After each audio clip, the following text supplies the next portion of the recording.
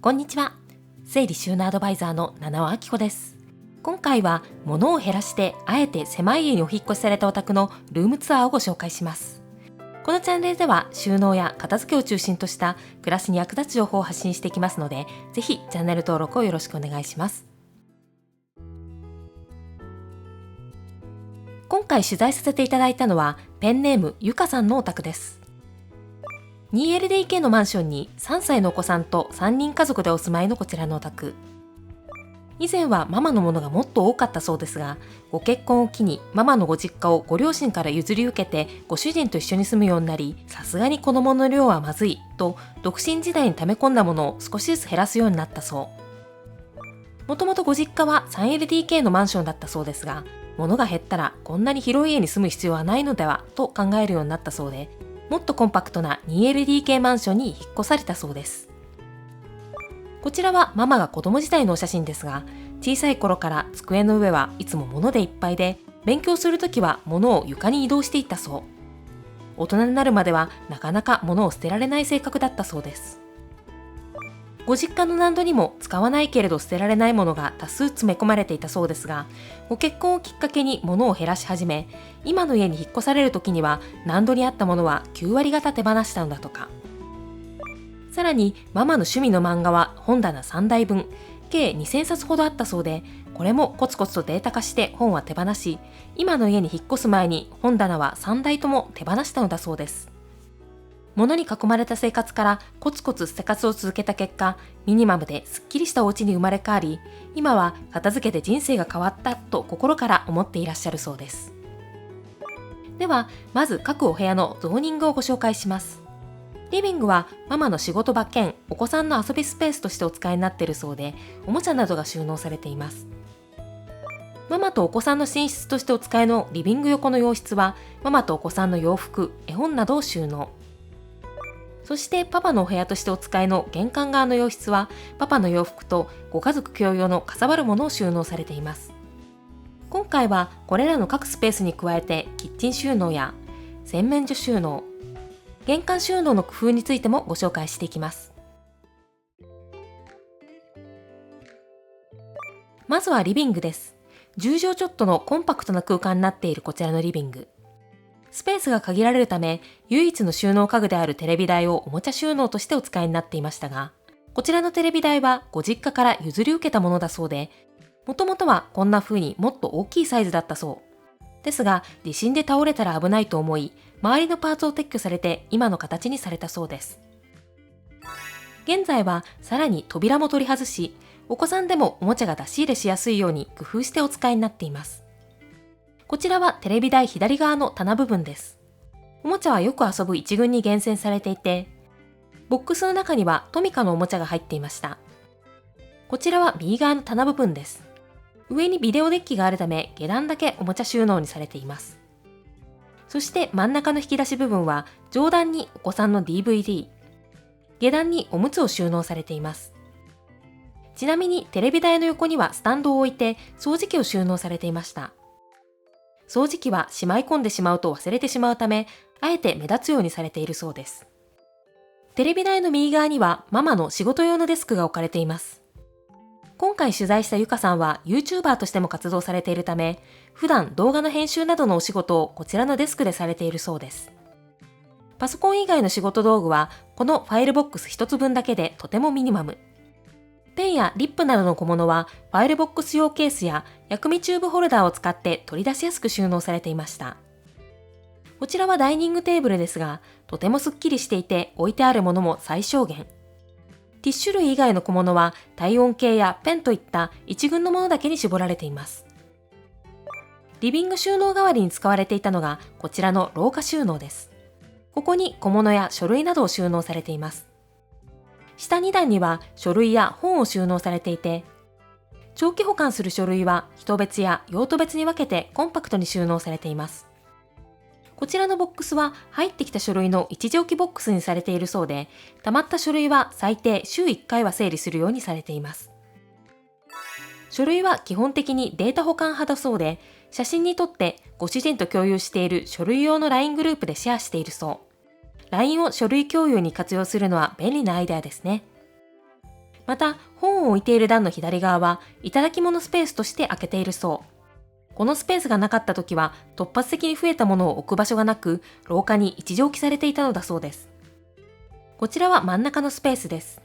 上の段にはストック品を収納されていますが、実は以前はストックまでもっと大量にストックされていたのだそう。ですが、物を減らして使い切る気持ちよさを体感し、いざとなればない中で工夫できると気づいてからは、ストックも必要最小限になったそうです。こちらはその下の段です。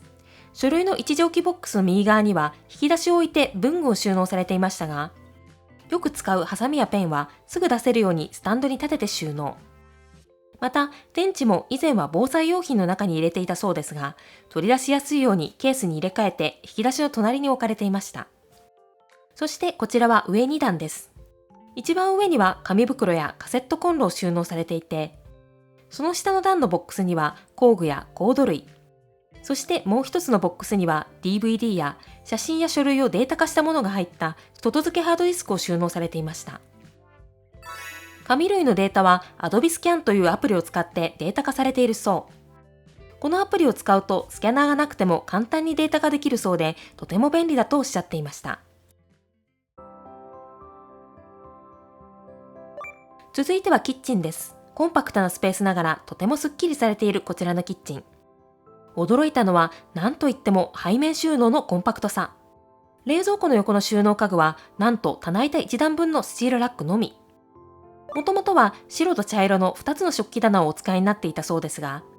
こちらを撤去してスチールラックに変更されたそう。このスチールラックも以前はもっと棚板が多く、細々した食品などもこちらに収納されていたそうですが、物を減らして作り付け収納棚も活用した結果、ほぼキッチン家電のみのミニマムな状態に落ち着いたのだそうです。収納家具の代わりに活用されているのがこちらの作り付けの収納棚です。ここに食器や食品ストック、キッチン雑貨などを収納されています。取り出しやすい真ん中の段には普段使う食器やお薬を収納。薬と一緒に母子手帳やお薬手帳もわかりやすく収納されています。下段には水のストックなどが収納されているほか、下から2段目には調味料や乾物、お菓子のストックが収納されていました。そしてこちらは上2段です。ここには食器や保存容器のほか、一番上のボックスにはお弁当グッズや2軍のキッチンツール、カトラリーが収納されています。続いてはシンク、コンロ側の収納です。コンロ周りは物がほとんどなくとてもすっきり。コンロ下引き出し上段はフライパンやお鍋などが最小限収納されているほか、キッチンツールはこんな風にスタンドに立てて収納されていて、入っている量も必要最小限に厳選されています。コンロ下引き出し下段にはホットプレートや両手鍋が収納されていました。また、コンロ横の小さい引き出しはあえて空っぽにされています。こちらはコンロとシンクの間の引き出しです。1段目の浅い引き出しはケースで仕切ってカトラリーを収納。2段目の深い引き出しにはコーヒーなどの飲み物を収納されていて、3段目の引き出しにはゴミ袋を収納されています。この引き出しのすぐ後ろにはゴミ箱があるので、ゴミを交換するときにもほとんど動かなくていい楽な動線になっています。そしてこちらはシンク下引き出し上段です。ここにはザルやボウルなどが収納されていますが、お米を研ぐときに使う道具はこんな風にお米研ぎセットとしてひとまとめにされています。また、ラップや袋留めクリップ、ジッパーバッグは取り出しやすくスタンドに立てて収納されています。そしてこちらはシンク下の引き出し下段です。ここにはキッチン周りの消耗品のストックを収納されていました。続いてこちらは冷蔵庫です。こちらも機能的で使いやすそうな収納になっています。冷蔵室は空間にゆとりがあって分かりやすい収納になっていて、食材はできるだけ買いすぎず、しっかり使い切ることを重視されているそうです。また、開けた乾物もこんな風にケースに入れて冷蔵庫に収納されていました。野菜室には野菜以外にお米やお茶なども収納されていますが、こちらもとてもすっきり。こちらは冷凍庫ですが、保冷剤はごちゃつかないようにケースに立てて収納。冷凍の麺などもパッケージから出してケースに分かりやすく収納されていました。続いては洗面所です。玄関から入ってすぐの位置にあるこちらの洗面所。なんとこちらのお宅では洗濯機の横のスペースにラックを置いて、こちらにお子さんの縁グッズを収納されています。洗面所に縁グッズというのは意外と思いつきませんが、確かに動線的に便利ですね。ラックの下段にはおむつやパンツ、保育園で使う小物を収納されていて、上段は保育園用のバッグと次の日に着る洋服を置いているそうです。そのお子さんの服や大人の下着類は洗面台の隣に置いたチェストに収納されています。こんな風にケースで仕切って取り出しやすく収納されていました。さらにママの普段着る洋服もチェストに収納されています。もともとはママの洋服は300着以上あったそうですが、徐々に減らして現在はオンシーズン服は上下2セットずつと休日用のワンピースの計10着ほどに絞っていて、毎シーズン新調してその時に着たいお気に入りだけにしているそうです。続いては洗面台下のスペースです。扉収納1箇所のみで収納少なめのこちらの洗面台。ですが中はゆとりがあってとてもすっきり。左側にはドライヤーや入浴剤、洗濯機のフィルターを収納。右側にはストック品が収納されていますが、こちらも必要最小限にされています。また、配管の横には洗剤などのストックを配置して、デッドスペースも活用されています。続いては鏡裏収納です。こちらも奥行きが浅く、コンパクトな収納になっています。真ん中のスペースはご家族共用の小物を収納されていて、上段には綿棒やベビーオイル、真ん中と下段にはメガネやコンタクト用品、歯磨きグッズを収納されています。左側はママのスペースになっていて、真ん中に置かれたこちらのピルケースには、こんな風にママのピアスが収納されています。これも3組だけに厳選されているそうです。そして右側はご主人スペースだそうですが、こちらも物が最小限ですっきりしています。ちなみにこちらの洗面台は上に棚がついている構造になっていて、上に置かれたボックスには掃除用のフルタオルなどが収納されていました。続いては洗濯機周りのスペースです。洗濯機の上の棚にはタオルが置かれていましたが、こちらは毎日洗濯されるため3枚ずつに絞って年に1回入れ替えているそうです。そして洗濯機の横のスペースも活用されていて、吊るせるゴミ箱やティッシュなどを収納されていました。続いてはリビング横にある洋室です。こちらはママとお子さんの寝室としてお使いになっています。クローゼット横のスペースはお子さんのちょっとかさばるおもちゃや絵本のスペースにされているそうですが、ここにはもともともっと大きいラックを置いていたそう。ですが、量を見直したことで大きいラックが不要になり、今の棚に入れ替えたそうです。棚の中には絵本や子供チャレンジの通信教材を収納されていますが、チャレンジの教材は毎月届いてどんどん増えていってしまうため、おもちゃは半年に1回、絵本は学年が変わるタイミングで見直して、不要になったものは児童館に持って行っているそうです。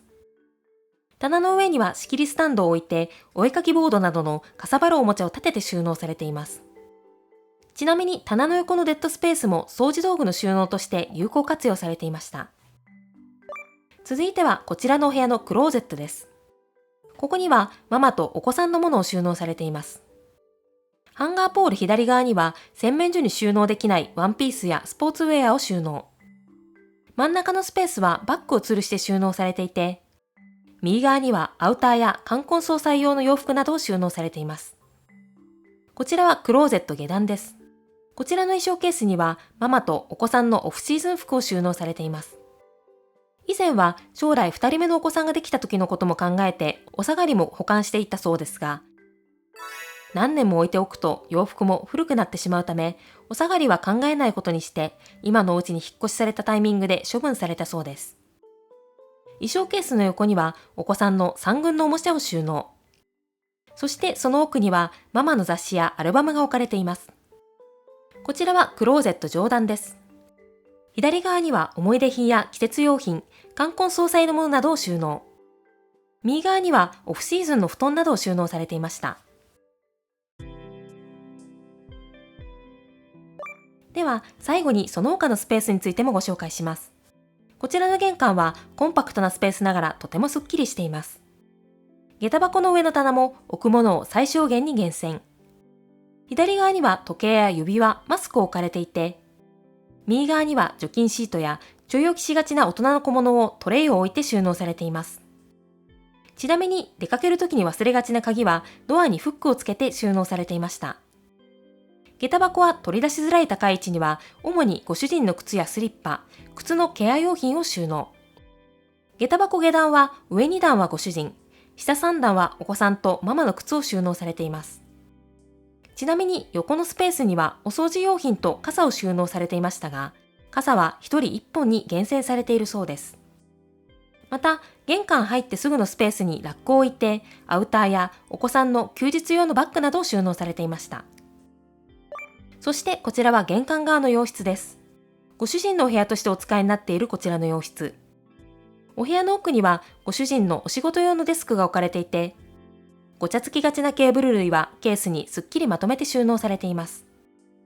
また、デスク横には今は使用していないダイニングチェアなどのかさばるものを置かれています。そしてこちらはこのお部屋のクローゼットです。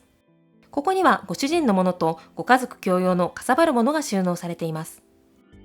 ハンガーバーの左側にはご主人のよく着る服がかかっていましたが、ご主人もミニマリスト気質があり、物は少なめで買ったら長く使うタイプだそう。ハンガーバーの右側にはオフシーズン服やスーツがかけられています。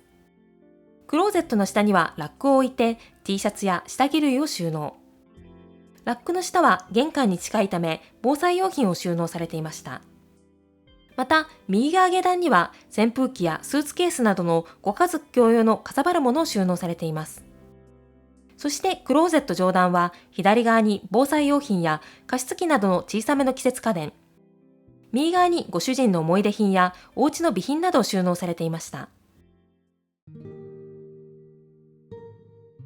では最後に私がこちらのお宅で特に注目したアイデアについてピックアップしたいと思います。私が特に注目したのはミニマムに暮らすための工夫です。こちらのお宅ではデジタル保管を有効活用して書類や本も必要最小限にされていたり、洋服も今一番着たい服に絞って本当に最小限にされています。さらにお子さんの服もいつか使うかもと考えずに潔くお下がりを手放されていたり、ストック品も万が一なくなっても工夫すれば乗り切れると考えて必要最小限にされています。もともと洋服や本、ストック品も多かった生活を経験されているため、物を減らしても快適に暮らせるという言葉にとても説得力があると感じました。